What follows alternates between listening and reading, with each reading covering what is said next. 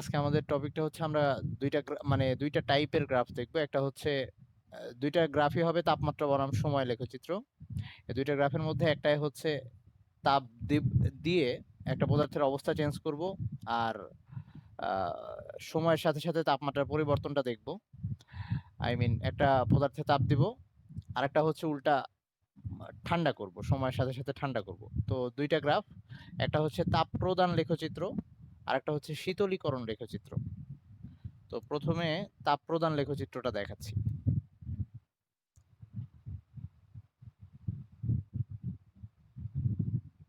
তাপ প্রদান লেখচিত্র,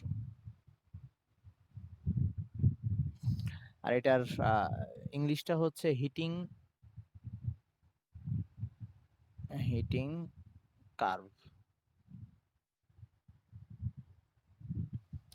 তো আমরা কি করব, ধর একটা পাত্রে, আবদ্ধ পাত্র, এটার মধ্যে বরফ নিছি। ধর এগুলা আইস কিউব।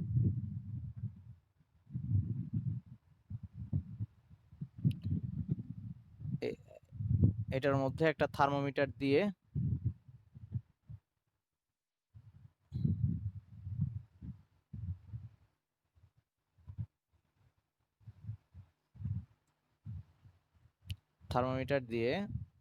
আমরা এখন এই পাত্রটাকে তাপ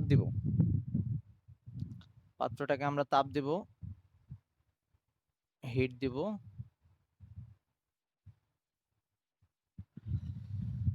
আর একই সাথে এই বরফের তাপমাত্রা, এই হিট দেওয়ার সাথে সাথে এইখানে তাপমাত্রা দেখতে থাকবো। তো তাইলে ব্যাপারটা যেরকম দাঁড়াবে, তাইলে আমরা এখন একটা গ্রাফ আঁকি, সেটা হচ্ছে তাপমাত্রা বনাম সময়। তাহলে এটা হচ্ছে ধর এক্স অক্ষ,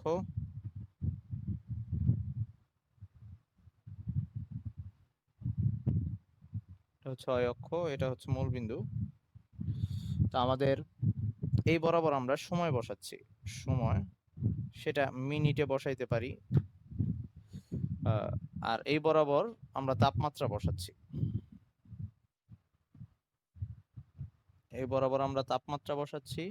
সেটাকে সেলসিয়াসে বসাচ্ছি। এটা ধর মিনিটে।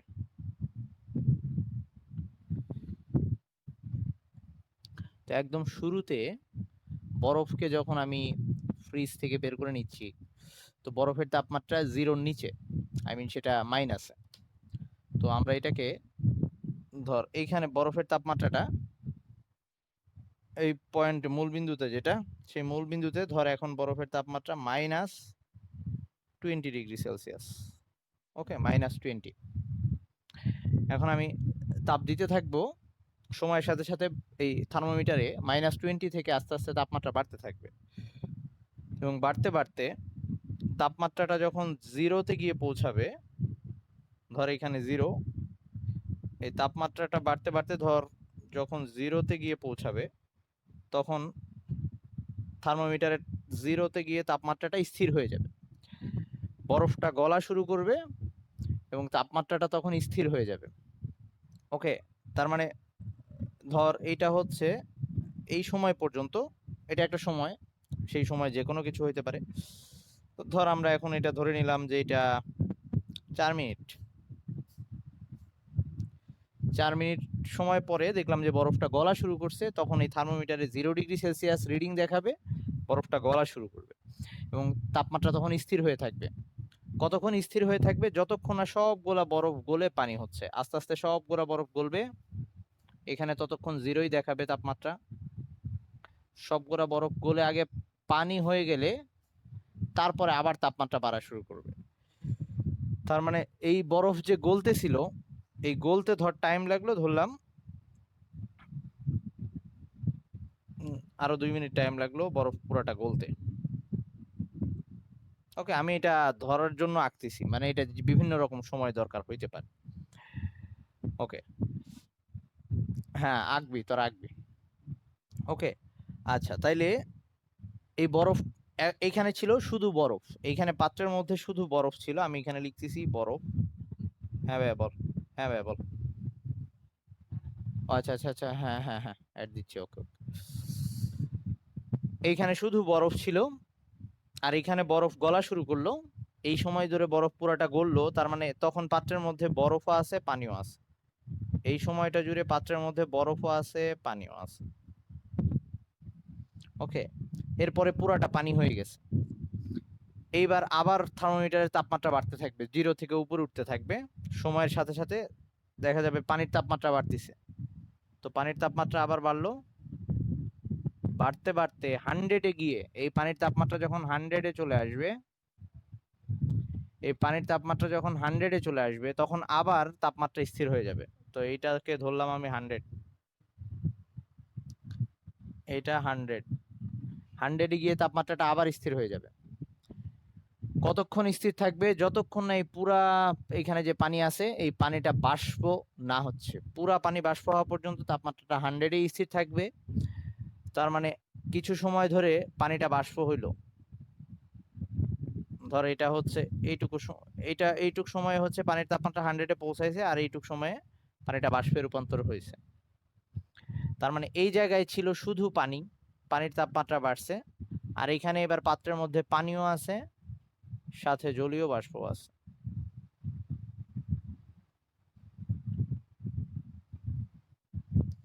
এইখানে পাত্রের মধ্যে এবার পানিও আছে, জলীয় বাষ্প আছে।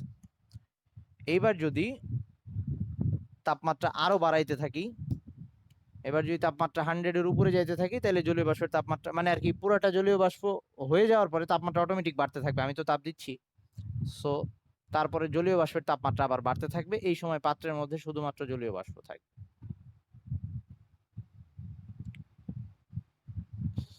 আমি গ্রাফটাকে আর একটু বাড়াই দিতে পারি।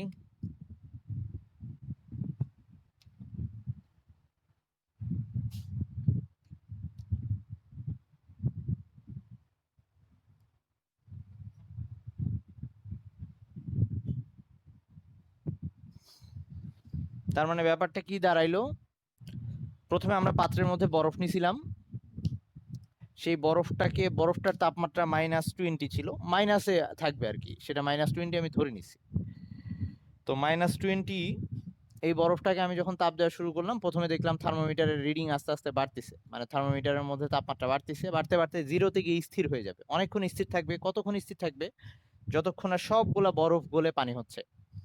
তো পাত্রের মধ্যে তখন বরফও থাকবে, পানিও থাকবে, কারণ বরফ গলতিছে। প্রথমে পাত্রের মধ্যে শুধু বরফ ছিল, মানে প্রথম 4 মিনিট ধর শুধু বরফ ছিল। তারপরে যখন বরফ গলা শুরু করলো, তখন পাত্রের মধ্যে বরফও আছে, পানিও আছে। তারপরে পুরা বরফ গলে পানি হয়ে গেল এখানে, 6 মিনিট পরে। তারপরে আবার পানি ছিল পাত্রের মধ্যে, সেই পানির তাপমাত্রা বাড়তে থাকলো। বাড়তে বাড়তে 100-এ পৌঁছার পর আবার থার্মোমিটারের তাপমাত্রাটা স্থির হয়ে যাবে। স্থির হওয়ার পর ধরো এই সময়টাকে আমি 8 মিনিট দিলাম, আর এটাকে ধর 12 মিনিট দিলাম, এরকম।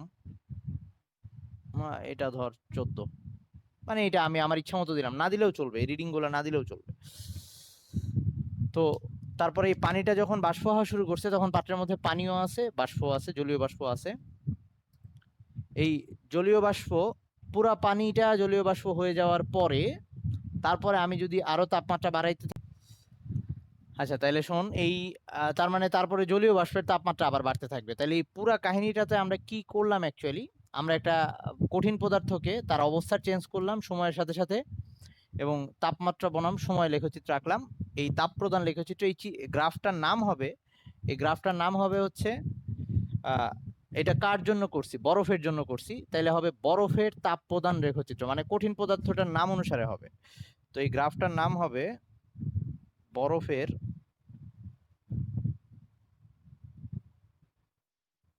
তাপ প্রদান লেখচিত্র। ওকে, এখন এগুলাকে যদি আমরা একটু মার্ক করি, পয়েন্টগুলাকে,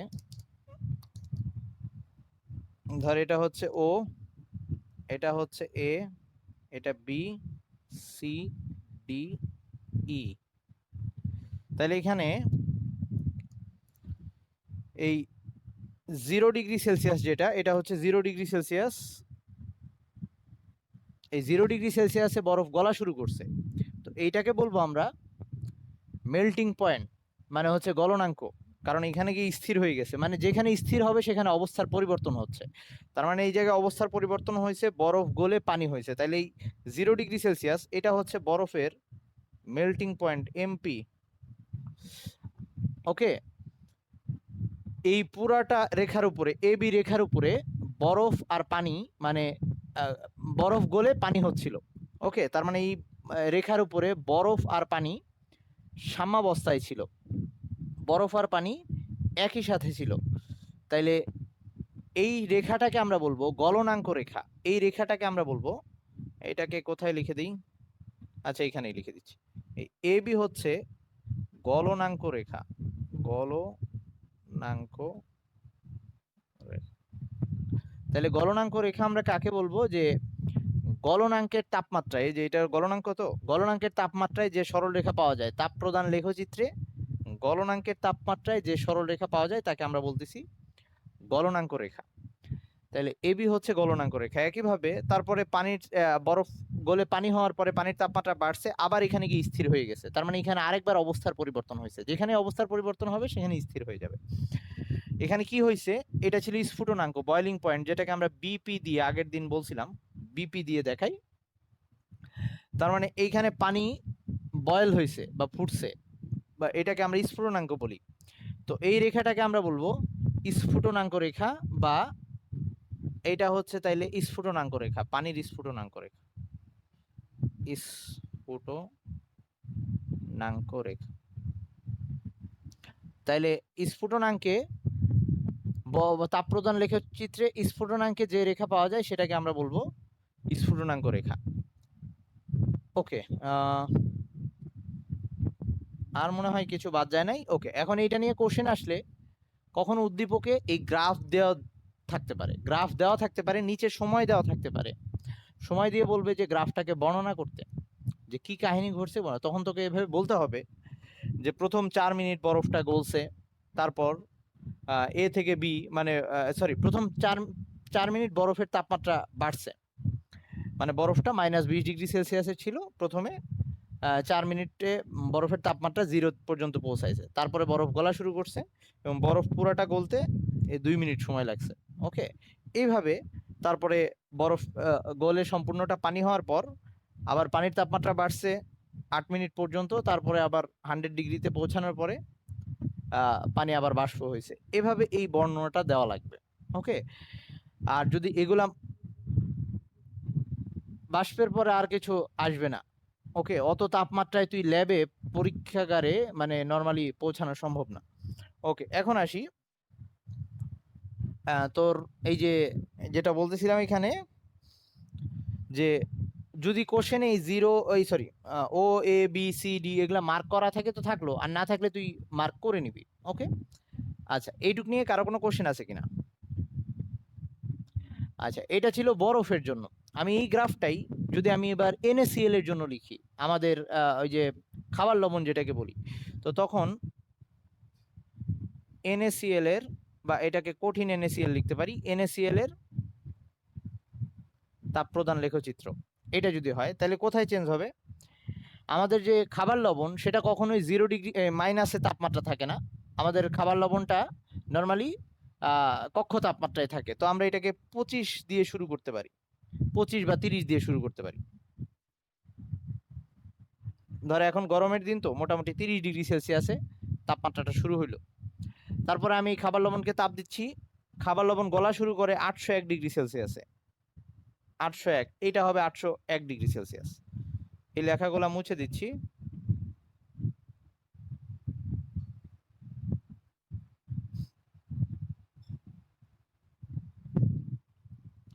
তো তখন যেখানে যেখানে চেঞ্জ হবে আমি চেঞ্জগুলো শুধু লিখে দিচ্ছি।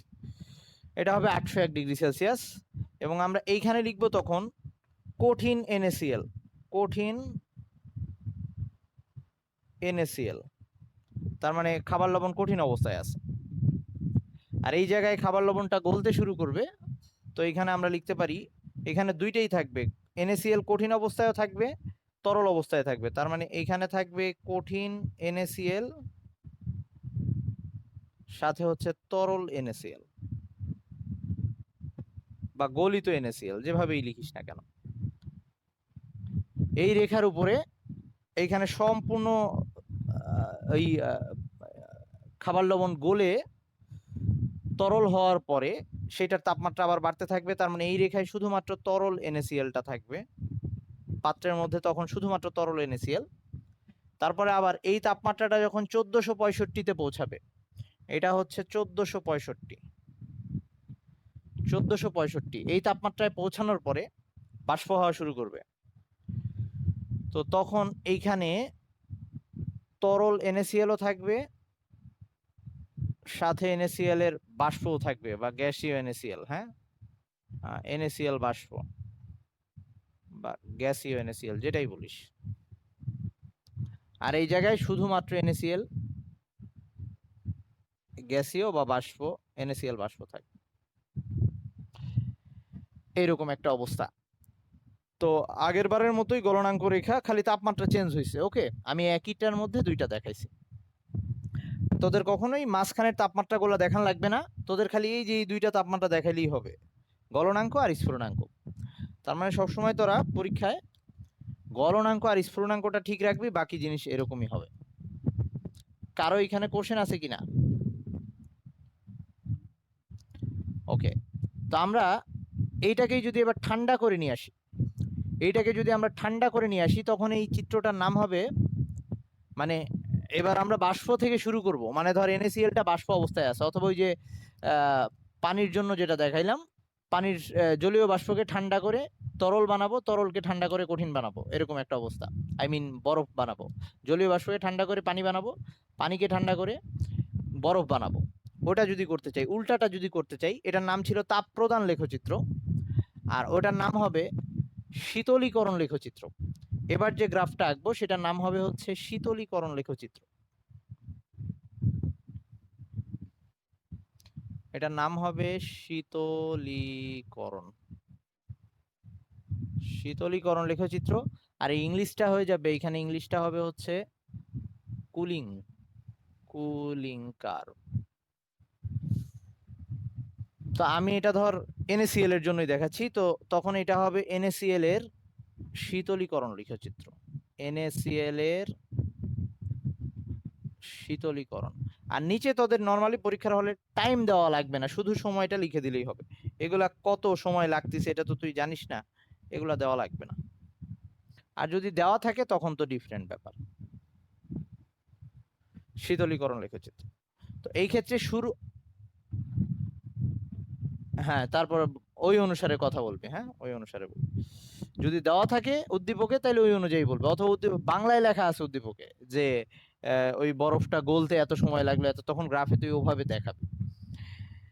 আচ্ছা, আর নরমালি কিছু না বলা থাকলে শুধু এই বরাবর লিখে দিবি সময়, মিনিট বা সেকেন্ড যা ইচ্ছা, বা শুধু সময় লিখে দেওয়া যায়, আর এই বরাবর লিখবি তাপমাত্রা। তোর শুধু মেইন টার্গেট হচ্ছে এইটা দেখানো, গলনাঙ্ক আর স্ফুরণাঙ্কটা দেখানো। ওকে, তাইলে এইবার আমরা যদি উল্টা ভাবে আঁকি তাহলে গ্রাফটা কেমন হবে সেটা একটু আঁকার চেষ্টা করি। গলনাঙ্ক স্ফুরণাঙ্ক ঠিকই থাকবে, কিন্তু এবার নামটা অন্যরকম হয়ে যাবে। মানে আমরা জানি যে গলনাঙ্ক আর হিমাঙ্ক একই ছিল, তো এবার উল্টা দিক থেকে আসতেছি, তাপমাত্রা কমাচ্ছি। তো এইবার পাত্রের মধ্যে প্রথমে আছে বাষ্প, ধর NaCl এর জন্যই NaCl এর বাষ্প আছে প্রথমে। তার মানে বাষ্পের তাপমাত্রা অবশ্যই, NaCl এর বাষ্পের তাপমাত্রা অবশ্যই তার স্ফুরণাঙ্কের চেয়ে বেশি, মানে 1465-র চেয়ে বেশি। তাহলে প্রথমে তার এইখান থেকে কোথাও থেকে শুরু হইলো, সেটার মান যা ইচ্ছা হইতে পারে, 1465-র বেশি, এটা জানলেই হবে। তো এটাকে আমি ঠান্ডা করা শুরু করলাম, সে ঠান্ডা হওয়া শুরু করলো। এই ঠান্ডা হয়ে যখন এই স্ফুরণাঙ্কের কাছে আসলো, যখন সে তার আবার স্ফুরণাঙ্কে পৌঁছাবে, তখন সে এই বাষ্প অবস্থা থেকে তরলে যাবে। তার মানে এই সময়ে পুরাটা শুধু NaCl বাষ্প ছিল, আমি এখানে এভাবে লিখতেছি NaCl গ্যাস। ওকে, এখানে এসে তাপমাত্রা আবার স্থির হয়ে যাবে 1465-তে, এবং তখন সে তরল হওয়া শুরু করবে। তো এই জায়গায় এই রেখাটায় NaCl গ্যাসও থাকবে, NaCl লিকুইডও থাকবে। তোরা এভাবেও লিখতে পারিস।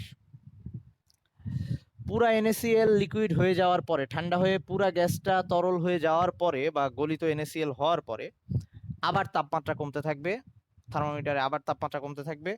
এইখানে আসার পরে আবার থেমে যাবে। তার মানে এই সময় জুড়ে পাত্রের মধ্যে শুধুমাত্র NaCl লিকুইড অবস্থায় ছিল। এখানে এসে আবার NaCl জমে কঠিন হওয়া শুরু করবে, মানে সে তার এই এমপি যেটা, এটাই এখন ফ্রিজিং পয়েন্ট হয়ে গেছে, এটা এখন হিমাঙ্ক হয়ে গেছে। যদি আমরা এমপি লিখে রাখবো, এটা এখন ফ্রিজিং পয়েন্ট হয়ে গেছে, হিমাঙ্ক। ওকে, আর এটা আগের বার কুলিং পয়েন্ট, মানে বয়লিং পয়েন্টের সাথে আমরা কুলিং পয়েন্টও পড়ছিলাম যে ওই দুইটা একই হয়। তো আমি এটাকে তখন কুলিং পয়েন্টও বলতে পারি। ঠান্ডা করার সময় আগে যেটা বয়লিং পয়েন্ট ছিল সেটাই হয়ে যাবে কুলিং পয়েন্ট, আর যেটা আগে মেল্টিং পয়েন্ট ছিল সেটাই হয়ে যাবে ফ্রিজিং পয়েন্ট। যদিও তোদের আলাদা করে একটা লিখলেই হবে, যদিও তোদের আলাদা করে দরকার নাই, তোরা গলনাঙ্ক স্ফুটনাঙ্ক লিখতে পারিস, কোনো সমস্যা নাই, তোদের বই ওভাবেই লেখা আছে। ওকে, কিন্তু মানে ওইটাকে অ্যাকচুয়ালি তখন সেটা কুলিং পয়েন্ট আর এটা হচ্ছে ফ্রিজিং পয়েন্ট। আই মিন এই সময় হিমাঙ্ক সে জমা শুরু করছে। তো এবার আবার থেমে যাবে, আবার স্থির হয়ে যাবে। কতক্ষণ স্থির থাকবে? যতক্ষণ না এই সবগুলা NaCl লিকুইড যারা ছিল, NaCl যে লিকুইড ছিল এরা পুরাটা আগে NaCl কঠিন হবে, সলিড। ওকে, এরপরে পুরাটা সলিড হয়ে যাওয়ার পরে আবার তাপমাত্রা কমতে থাকবে এবং কক্ষ তাপমাত্রায় নেমে আসবে। আবার তাপমাত্রা কমে এই কক্ষ তাপমাত্রায় নেমে আসলো। এইখানে শুধুমাত্র NaCl সলিড।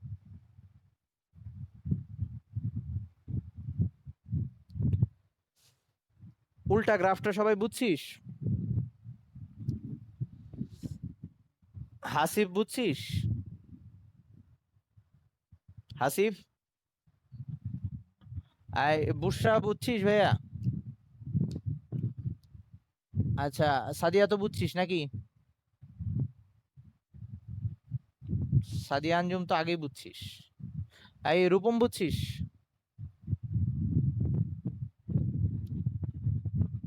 আচ্ছা, তো এইটাই যদি আমরা, আচ্ছা লেখার সময় কিন্তু ধর আমরা যদি এই NaCl এর শীতলীকরণ লিখে চিত্রাম, কিন্তু পানির জন্য যদি লিখতে যাই তখন লিখবো জলীয় বাষ্পের শীতলীকরণ লেখচিত্র। যেমন আগের বারেরটা বলছিলাম যে বরফের তাপ প্রদান লেখচিত্র, কারণ তার কঠিনটাকে আমরা কঠিন দিয়ে শুরু করছিলাম, যেটা দিয়ে শুরু হবে সেইটা।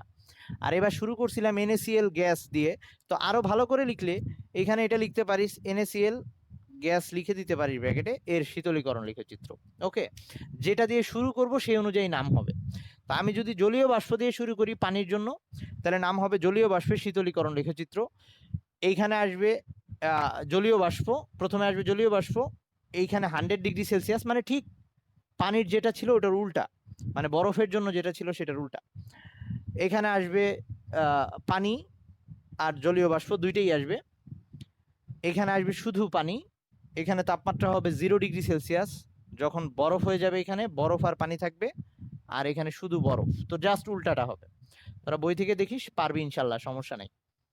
তাহলে আমরা দুইটা টাইপের গ্রাফই শিখলাম, একটা হচ্ছে কঠিনটাকে তাপ প্রদান করে করে সেটার অবস্থা চেঞ্জ করতেছি, তখন গ্রাফটা কেমন হবে। আর এটার গ্রাফটাকে একদম এই পর্যন্ত না এনে এই পর্যন্তও রাখতে পারে, মানে পরীক্ষায় তোকে ধর বরফকে গলায় তরল করে এই পর্যন্ত রাখলো, ওইটার বর্ণনা দিতে বললো, সেটাও করতে হইতে পারে, এরকমও হইতে পারে। তবে নর্মালি শুধুমাত্র যদি বলে যে কুলিং কার্ভ শীতলীকরণ লেখচিত্র, বা ওই যে কি বলে ওটার নাম, তাপ প্রদান লেখচিত্র আঁকতে, তাইলে আমরা একদম বাষ্প পর্যন্তই যাব। ওকে, আর উদ্দীপকে বলা থাকলে তো উদ্দীপকে যখন যেভাবে বলবে আমাদের সেটাই করা লাগবে। আচ্ছা, এইটুক নিয়ে কারো কোনো কোশ্চেন না থাকলে আরেকটা ব্যাপার যেটা নিয়ে আমি এখন বলি নাই, কারণ আমরা ওটা আবার ফিজিক্সে ইসে পড়বো আর কি, ফিজিক্সের 6 নাম্বার চ্যাপ্টারটাতে আছে। তবু এখন একটু বলি, এই যে যখন অবস্থার পরিবর্তন হয়, মানে কঠিন থেকে তরল হচ্ছে, অথবা তরল থেকে বাষ্প হচ্ছে, অথবা উল্টাভাবে বাষ্প থেকে তরল হচ্ছে, তরল থেকে কঠিন হচ্ছে, যখন অবস্থার পরিবর্তন হয় তখন তাপমাত্রা স্থির থাকে, এবং পুরাটা অবস্থা চেঞ্জ না হওয়া পর্যন্ত, মানে পাত্রের মধ্যে যতটুকু পদার্থ আছে পুরাটার অবস্থা চেঞ্জ না হওয়া পর্যন্ত ওই তাপমাত্রা স্থির থাকে। এবং এই সময় তার তাপমাত্রা বাড়ে না, সে তখন অবস্থা চেঞ্জ করার জন্য ওই তাপমাত্রাটা স্থির রেখে, মানে ধর বরফ পানি হচ্ছে, তাপমাত্রা স্থির রেখে জিরোতে স্থির রেখে বরফ পানি হচ্ছে, এই সময় বরফ যে তাপটা নিতে থাকে তাকে আমরা সুপ্ত তাপ বলি। এই সময় বরফ যে তাপটা নিতে থাকে তাকে আমরা সুপ্ত তাপ বলি। আমি একটু সংজ্ঞাটা লিখে দিই, সুপ্ত তাপ কাকে বলি। তার মানে একটা পদার্থ অবস্থার পরিবর্তন হইতে গিয়ে যে তাপ নেয় সেটাকে আমরা সুপ্ত তাপ বলি। ওকে, একইভাবে ও সুপ্ত তাপ নিয়ে বরফ পানি হয়, আবার ওরকম পানি থেকে যখন বরফ হয় তখন ওই সুপ্ত তাপটা ছেড়ে দেয়। ওকে, মানে ওই পরিমাণ তাপ সে ছেড়ে দেয়, তখন তার তাপমাত্রার কোনো পরিবর্তন হয় না। তা আমি একটু ওই সংজ্ঞাটা লিখে দিচ্ছি, সুপ্ত তাপ কি জিনিস।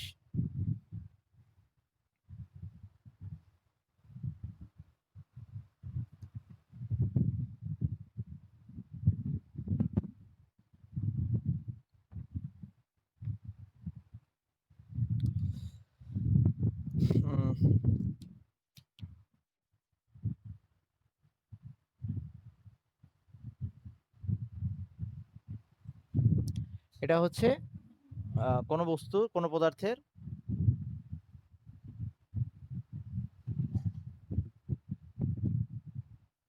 অবস্থার পরিবর্তনের জন্য প্রয়োজনীয় তাপকে সুপ্ততা, ওই পদার্থের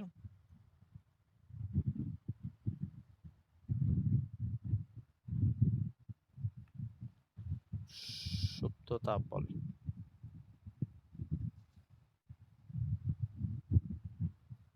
আচ্ছা, ওই পদার্থের দরকার না, তাপকে সুপ্ত তাপ বলে, এটুকু লিখে রাখ। কোন পদার্থের অবস্থার পরিবর্তনের জন্য প্রয়োজনীয় তাপকে সুপ্ত তাপ বলে। ওকে, এটার ইংলিশটা হচ্ছে লেটেন্ট হিট। Latent hit.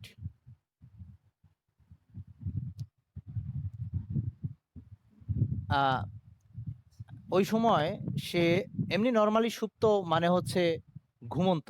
ওকে, এইখানে সুপ্ত তাপটা অ্যাকচুয়ালি বাংলাটা, এটার পিছনে কোনো হ্যাঁ বল ভাইয়া। আচ্ছা ঠিক আছে, এইখানে আলাদা কোনো রিজন আছে কিনা আমার জানা নাই। নর্মালি সুপ্ত মানে হচ্ছে ঘুমন্ত, আই মিন এই সেন্সে এটাকে সুপ্ত তাপ বলতে পারি আমরা, যে ওই সময় তাপমাত্রা তাকে আমরা বাড়তে দেখি না, মানে পদার্থটা যখন গলতে থাকে তখন তাপমাত্রা স্থির হয়ে থাকে, সে আহ, তাপ নিতে থাকে, মানে ওই সময় আমরা বুঝতে পারি না যে সে তাপটা নিচ্ছে, এরকম একটা অবস্থা, এই জন্য সুপ্ত তাপ বলা হয়। আচ্ছা, এখন আসি এই সুপ্ত তাপ, এইটাকে, এটা দুই ভাবে হইতে পারে, একটা গলনের সময় আর একটা হচ্ছে বাষ্পীভবনের সময়। তো এখন এটা হচ্ছে সুপ্ত তাপ, আর এটাকেই যদি আমরা আপেক্ষিক সুপ্ততাপ এভাবে বলা হয়, আপেক্ষিক সুপ্ততাপ। তো একটা, এবার আমি এটাকে বলতেছি গলনের আপেক্ষিক সুপ্ততাপ।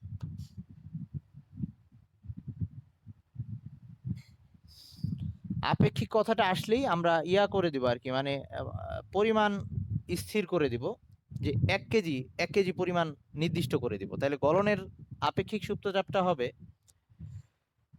যে, ধর বরফের জন্য যে 1 কেজি বরফ নিলাম, এইটাকে তার গলনাঙ্কে স্থির রেখে, তাপমাত্রা স্থির রেখে, জিরোতেই তো বরফ গলবে, তখন যে পরিমাণ তাপের দরকার হবে সেটাকে বলবো বরফের গলনের আপেক্ষিক সুপ্ত তাপ। এরকম, তাহলে সংজ্ঞাটা আমি এভাবে লিখতেছি যে গলনাঙ্কে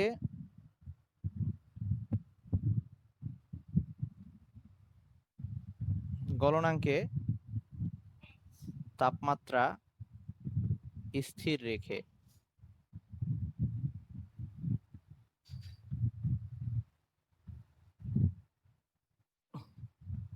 কোনো কঠিন পদার্থের, আচ্ছা এভাবে লিখি, কোনো পদার্থের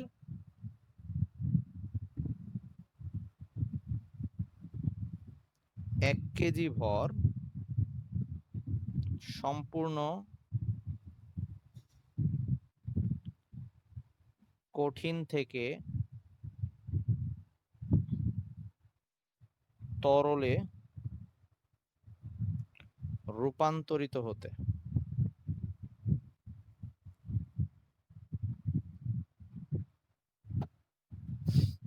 যে পরিমাণ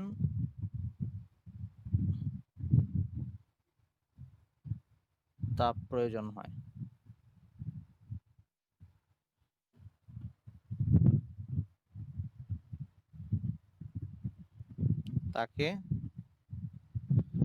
তাকে ওই পদার্থের গলনের আপেক্ষিক সুপ্ত তাপ বলে। হ্যাঁ, তাকে ওই পদার্থের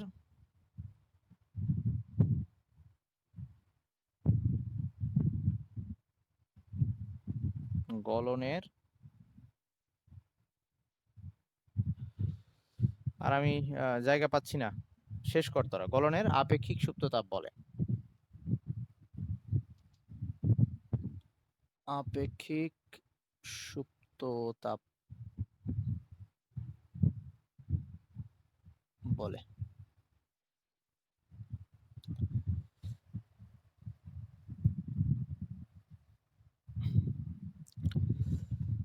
আচ্ছা, এইটার ইংলিশটা হচ্ছে স্পেসিফিক লেটেন্ট হিট। এটা হচ্ছে লেটেন্ট হিট, এটা ছিল লেটেন্ট হিট, আর আপেক্ষিক মানে হচ্ছে স্পেসিফিক, আর গলন মানে হচ্ছে ফিউশন। তাহলে পুরাটাই ভাবে বলতে হবে specific latent heat of fusion. Okay, specific latent heat of fusion. আচ্ছা, আমি লিখে দিই।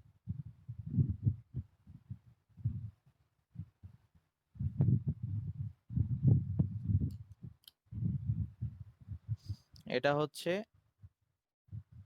স্পেসিফিক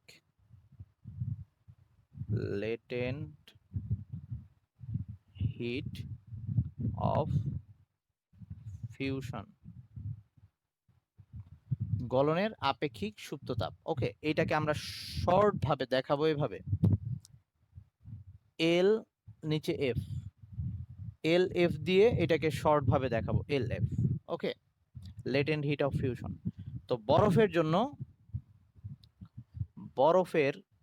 বরফ গলার জন্য, বরফের এইটা স্পেসিফিক লেটেন্ট অফ ফিউশন, বরফের জন্য এলএফ এর মানটা হচ্ছে 336,000 জুল পার কেজি।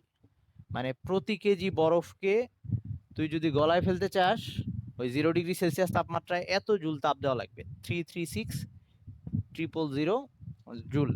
ওকে, এরকম এই যে পানি, আচ্ছা ওয়েট আসতেছি। তাহলে এটা গেল একটা বরফের জন্য লিখলাম। এখন এই যে এটা ছিল গলনের, একইভাবে আমরা যখন তরলকে বাষ্প বানাবো তখন এই জায়গাটায় চেঞ্জ হবে, গলনের জায়গায় চলে আসবে বাষ্পীভবনের, এই জায়গায় চলে আসবে বাষ্পীভবনের, আর এই জায়গায় চলে আসবে ফিউশনের জায়গায় হবে ভ্যাপোরাইজেশন, ভ্যাপোরাইজেশন। ওকে, আর এল এফটাকে লিখবো তখন এল ভি দিয়ে, তখন হবে এখানে হবে স্ফুটনাঙ্কে, গলনাঙ্কের জায়গায় হয়ে যাবে স্ফুটনাঙ্কে। স্ফুটনাঙ্কে তাপমাত্রা স্থির রেখে কোনো পদার্থের 1 কেজি ভর সম্পূর্ণ তরল থেকে গ্যাসীয় অবস্থায় বা গ্যাসে রূপান্তরিত হতে যে পরিমাণ তাপ প্রয়োজন হয় তাকে ওই পদার্থের এখানে হবে বাষ্পীভবনের,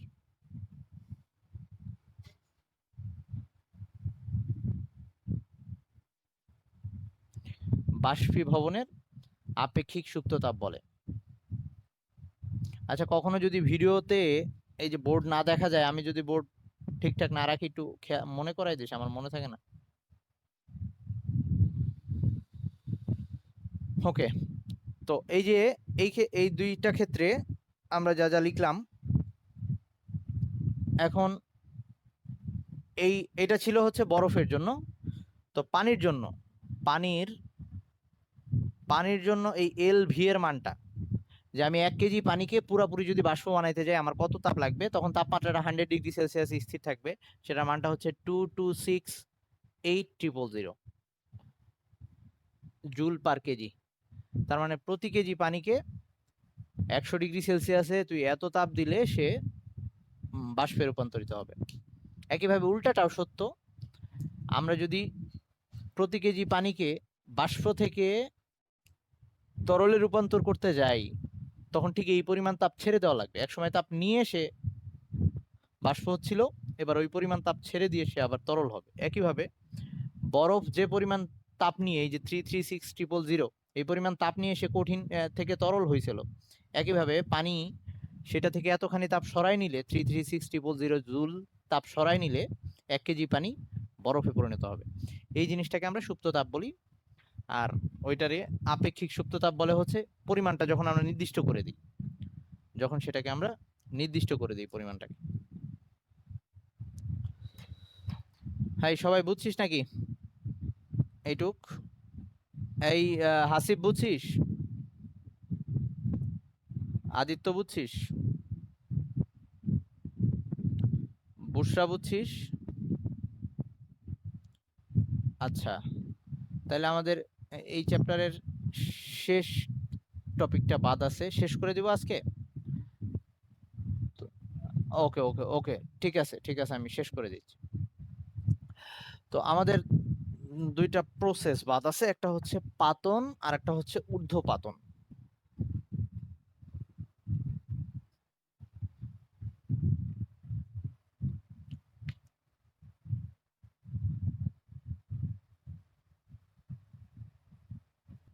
ডিলেশন।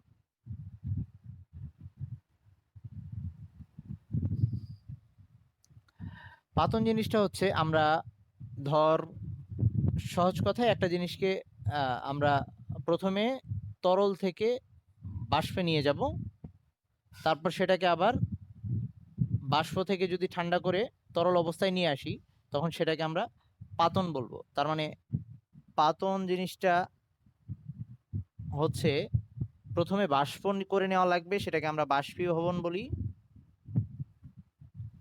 তারপর সেটাকে আবার তরলে নিয়ে আসবো, সেটাকে আমরা ঘনীভবন বলি। এই দুইটা একসাথে হইলে তখন আমরা পাতন বলি। তাহলে ব্যাপারটা কিরকম, ধর আমাকে কোন একটা পাত্রের মধ্যে পানি আর লবণ একসাথে মিশাই দিছে, হ্যাঁ, পানি আর লবণ একসাথে মিশাই দিছে, এটার মধ্যে NaCl আছে আর পানিও আছে। তো আমাকে বললো এই দুইটাকে আলাদা করতে। তো তখন আমি কি করব,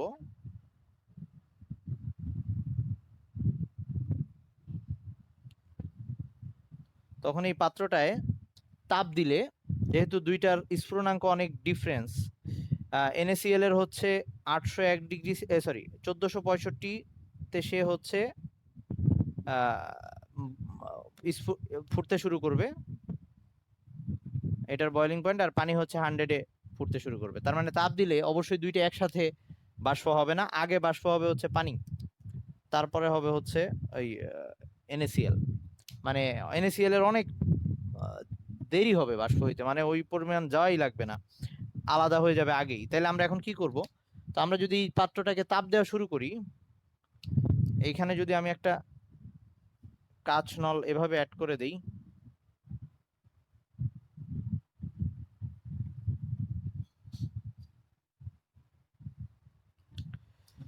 তাহলে ব্যাপারটা যেটা হবে, প্রথমে এইখান থেকে এটাকে তাপ দেওয়া শুরু করলে, প্রথমে পানিটা বাষ্প হবে, কারণ পানির তাপমাত্রা হচ্ছে 100 ডিগ্রি সেলসিয়াস। আর এখানে আমরা চাইলে একটা থার্মোমিটার অ্যাড করে দিতে পারি, যাতে আমরা বুঝতে পারি যে অ্যাকচুয়ালি কে বাষ্প হচ্ছে কি হচ্ছে না। এখানে চাইলে আমরা একটা থার্মোমিটার অ্যাড করে দিতে পারি। এটা ধর সেই থার্মোমিটার।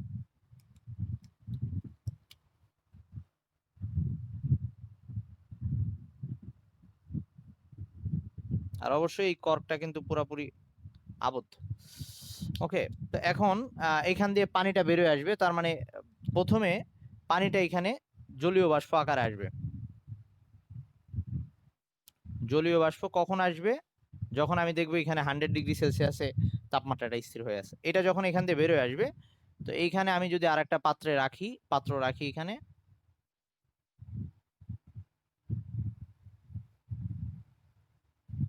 এই পাত্রে এই জলীয় বাষ্পটা এসে আমি যদি এখানে ঠান্ডা করার কোনো প্রসেস রাখি, ধর এই পাত্রটাকে আমি পানির মধ্যে বসাই দিয়ে রাখলাম, এরকম করলাম, বা এটা অন্য প্রসেসেও করা হয়, আমি অত জটিলে যাচ্ছি না। তাহলে এখান থেকে জলীয় বাষ্পটা এসে এখানে আবার পানি আকারে আলাদা হবে। ওকে, এইখানে পানি আকারে আবার আলাদা হবে। আচ্ছা আচ্ছা আচ্ছা আচ্ছা, এইখানে আবার পানি আকারে জমা হবে। ওকে, H2O লিকুইড। কথা কি বোঝা গেল? তাহলে আমি ফার্স্টে কি করলাম, ফার্স্টে মিশ্রণটাকে তাপ দিলাম, যেহেতু এদের স্ফুটনাঙ্ক অনেক ডিফারেন্স, আগে পানিটা বাষ্প হইলো, বাষ্প হয়ে এইখানে এসে আবার ঠান্ডা হয়ে লিকুইড আকারে জমা হইলো। তার মানে প্রথমে বাষ্পীভবন করছি, তারপরে আবার সেটাকে ঠান্ডা করছি, ঘনীভবন করছি। আর এইখানে এই পাত্রের মধ্যে তলায় পড়ে থাকবে, এই পাত্রের তলায় আমি দেখবো যে এই লবণের দানাগুলা পড়ে আছে, লবণের দানাগুলা তারপর পড়ে থাকবে। ওকে, তো লাস্টে শুধু এখানে NaCl থাকবে। এই পুরা প্রসেসটাকে আমরা বলতেছি ডিস্টিলেশন।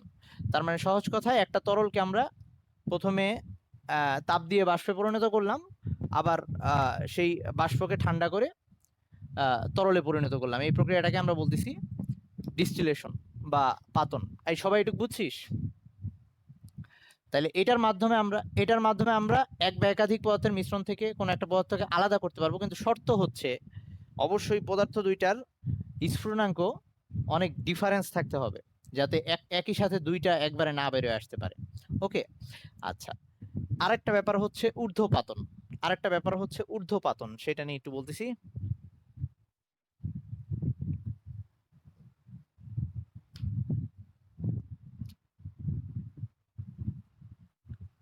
ঊর্ধ্বপাতন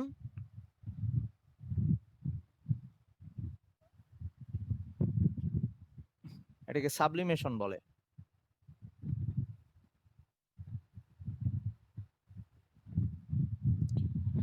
ঊর্ধ্বপাতন যখন হবে তখন কি হবে, যে কিছু কিছু পদার্থ আছে যে তাপ দিলে সরাসরি বাষ্পে চলে যায়। তার এই যে নর্মাল তাপমাত্রা প্রেসারে আমাদের বায়ুর যে চাপ 1 atm, এই চাপে সে তরল অবস্থায় থাকতেই পারে না, সে সরাসরি বাষ্পে চলে যায়। মানে তার বাষ্পে যাওয়ার প্রবণতাটা এত বেশি। তো এই রকম পদার্থগুলাকে আমরা বলি হচ্ছে ঊর্ধ্বপাতিত পদার্থ। আর এইসব এই প্রসেসটাকে বলি আমরা ঊর্ধ্বপাতন। মানে হচ্ছে যেসব পদার্থকে তাপ দিলে সরাসরি বাষ্পে পরিণত হবে তাদেরকে আমরা বলি ঊর্ধ্বপাতিত পদার্থ, আর এই প্রক্রিয়াটাকে বলি আমরা ঊর্ধ্বপাতন। তো এইটার একটা উদাহরণ হচ্ছে, ধর যেমন আমরা ন্যাপথালিন ন্যাপথালিন ন্যাপথালিনের তোরা দেখছিস এরকম দানা প্যাকেটে পাওয়া যায়, সাদা, ওকে, দানার মতো থাকে। তো এটাকে রেখে দিলে বাতাসে এমনি সে গ্যাস হয়ে চলে যাচ্ছে, তার আমরা কোনো তরল অবস্থা পাই না। কিন্তু এর মানে এই না যে ওর তরল অবস্থা নাই, আছে, কিন্তু এই 1 atm চাপে নাই। ওকে, প্রত্যেকটা পদার্থেরই কঠিন, তরল, বায়বীয়, এই তিনটা পদার্থ, গ্যাসীয়, এই তিনটা অবস্থা আছে। হ্যাঁ ভাইয়া বল, বুঝি না একটু। আচ্ছা আচ্ছা, আয় আয় আয়, সমস্যা নেই। তো আমরা এখন ধর এরকম এই ঊর্ধ্বপাতন হওয়ার ক্ষেত্রে কি করতে পারি, ধর আমাদের কোনো একটা ইসের মধ্যে আমাদের একসাথে ধর এই ন্যাপথালিন আর ইয়াকে মিশাই দিল, ধর ন্যাপথালিন আর কি বলবো, ন্যাপথালিন চূর্ণ করে খাবার লবণের সাথে ধর মিশাই দেওয়া হয়েছে। ওকে, ন্যাপথালিন আর খাবার লবণকে একসাথে মিশাই দেওয়া হয়েছে। তাহলে আমি একটা পাত্র নিচ্ছি,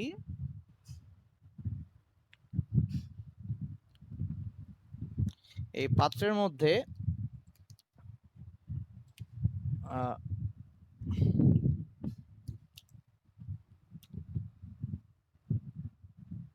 এগুলা হচ্ছে ধর NaCl, এই নীলগুলা যেগুলা দেখাইলাম এগুলা হচ্ছে NaCl, এর সাথে ধর ন্যাপথালিনকে মিশাই দেওয়া হয়েছে। ন্যাপথালিনকে চূর্ণ করে এই সবুজ যে দানাগুলা দেখতেছি সেগুলো হচ্ছে ন্যাপথালিন। তারপর আমাকে বলল এইটাকে আলাদা করে দাও। ওকে, এই দুইটাকে আলাদা করে দিতে বলবো। তো এবার আমরা যেটা করব, আমরা NaCl এর গলনাঙ্ক হচ্ছে 801 আর স্ফুটনাঙ্ক হচ্ছে 1465, আর ন্যাপথালিন খুব সহজেই সে তাপ দিলেই বাষ্প হয়ে যাবে, সরাসরি গ্যাসে চলে যাবে। তাহলে আমরা এই পাত্রটার উপরে একটা ঢাকনা দেব, এটা সেই ঢাকনা ধর,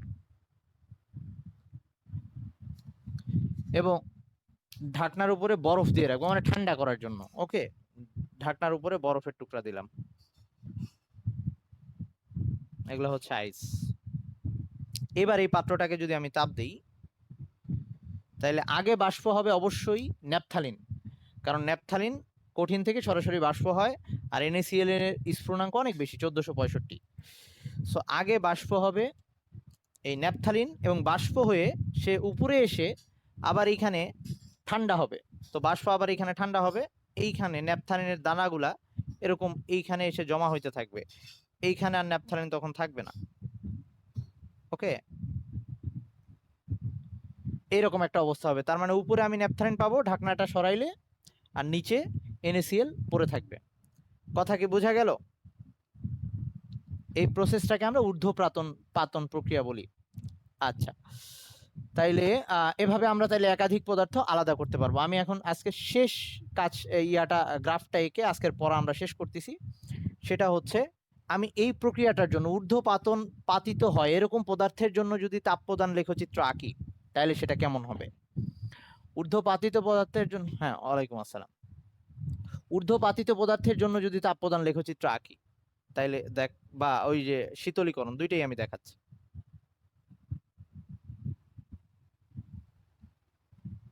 এটা হবে হিটিং কার্ভ, এটা হবে কুলিং, ঠান্ডা করব।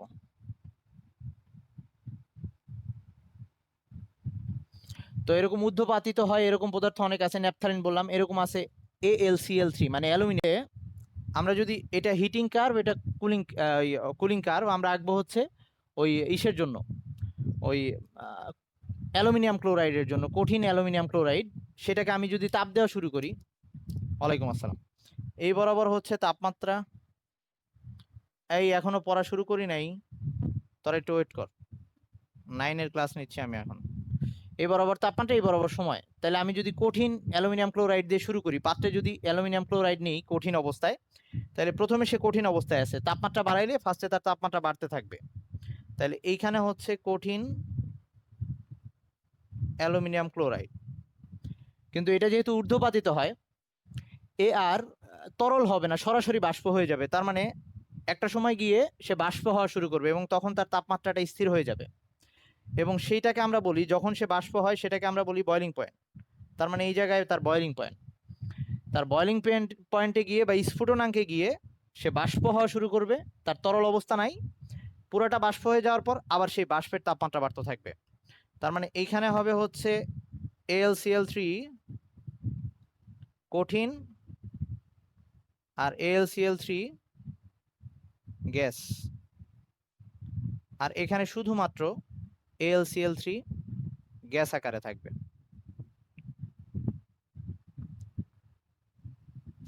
গ্যাসীয়। এই হাসিব, এটা কি বুঝলি? তার মানে কোনো একটা পদার্থ যেগুলা ঊর্ধ্বপাতিত হয়, তাদের যদি আমি তাপ প্রদান লেখচিত্রটা আঁকি, তার মধ্যে শুধুমাত্র এই একবার তাপমাত্রা স্থির হবে, সেটা হচ্ছে বয়লিং পয়েন্টে, তার কোনো মেল্টিং পয়েন্ট থাকবে না, বা গলনাঙ্ক থাকবে না। একইভাবে এটাকে যদি আমি ঠান্ডা করি, তখন এরকম অবস্থা হবে, উপর থেকে নামবে, নামার পর একবার স্থির হয়ে যাবে, স্থিরটা হবে সেই আগের জায়গায়, তার বয়লিং পয়েন্টে এসে স্থির হয়ে যাবে সে, এটা হচ্ছে বিপি, এবং তারপরে আবার নামবে। তার মানে এখানে AlCl3 গ্যাসীয়,